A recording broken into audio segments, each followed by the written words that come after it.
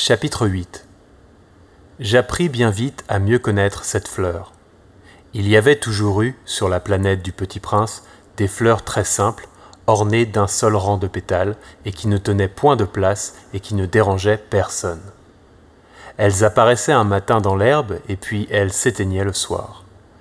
Mais celle-là avait germé un jour d'une graine apportée d'on ne sait où, et le Petit Prince avait surveillé de très près cette brindille qui ne ressemblait pas aux autres brindilles. Ça pouvait être un nouveau genre de baobab, mais l'arbuste cessa vite de croître et commença de préparer une fleur. Le Petit Prince, qui assistait à l'installation d'un bouton énorme, sentait bien qu'il en sortirait une apparition miraculeuse, mais la fleur n'en finissait pas de se préparer à être belle, à l'abri de sa chambre verte. Elle choisissait avec soin ses couleurs, elle s'habillait lentement, elle ajustait un à un ses pétales. Elle ne voulait pas sortir toute fripée comme les coquelicots. Elle ne voulait apparaître que dans le plein rayonnement de sa beauté.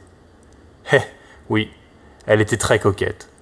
Sa toilette mystérieuse avait donc duré des jours, et puis voici qu'un matin, justement à l'heure du lever du soleil, elle s'était montrée. Et elle qui avait travaillé avec tant de précision dit en bâillant « Ah, je me réveille à peine. Je vous demande pardon.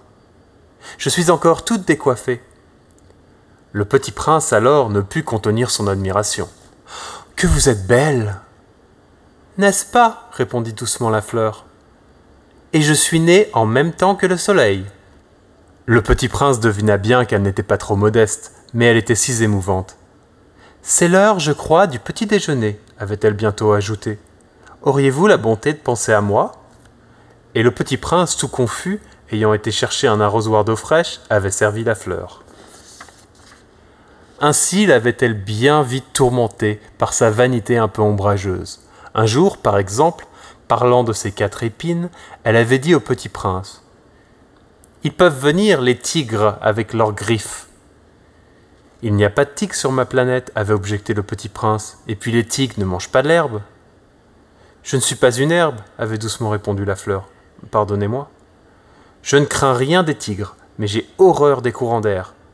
Vous n'auriez pas un paravent ?»« Horreur des courants d'air, ce n'est pas de chance pour une plante, » avait remarqué le Petit Prince. « Cette fleur est bien compliquée.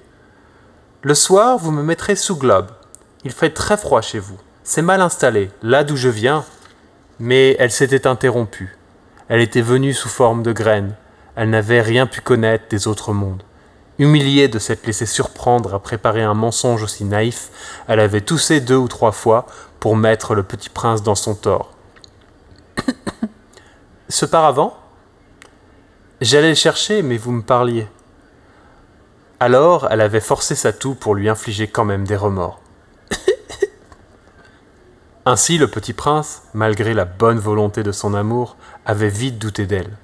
Il avait pris au sérieux des mots sans importance et était devenu très malheureux.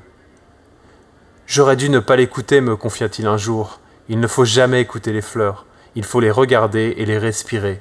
La mienne embaumait ma planète, mais je ne savais pas m'en réjouir. Cette histoire de griffes qui m'avait tellement agacé eût dû m'attendrir. » Il me confia encore. Je n'ai alors rien su comprendre. J'aurais dû la juger sur les actes et non sur les mots. Elle m'embaumait et m'éclairait. Je n'aurais jamais dû m'enfuir. J'aurais dû deviner sa tendresse derrière ses pauvres ruses. Les fleurs sont si contradictoires. Mais j'étais trop jeune pour savoir l'aimer.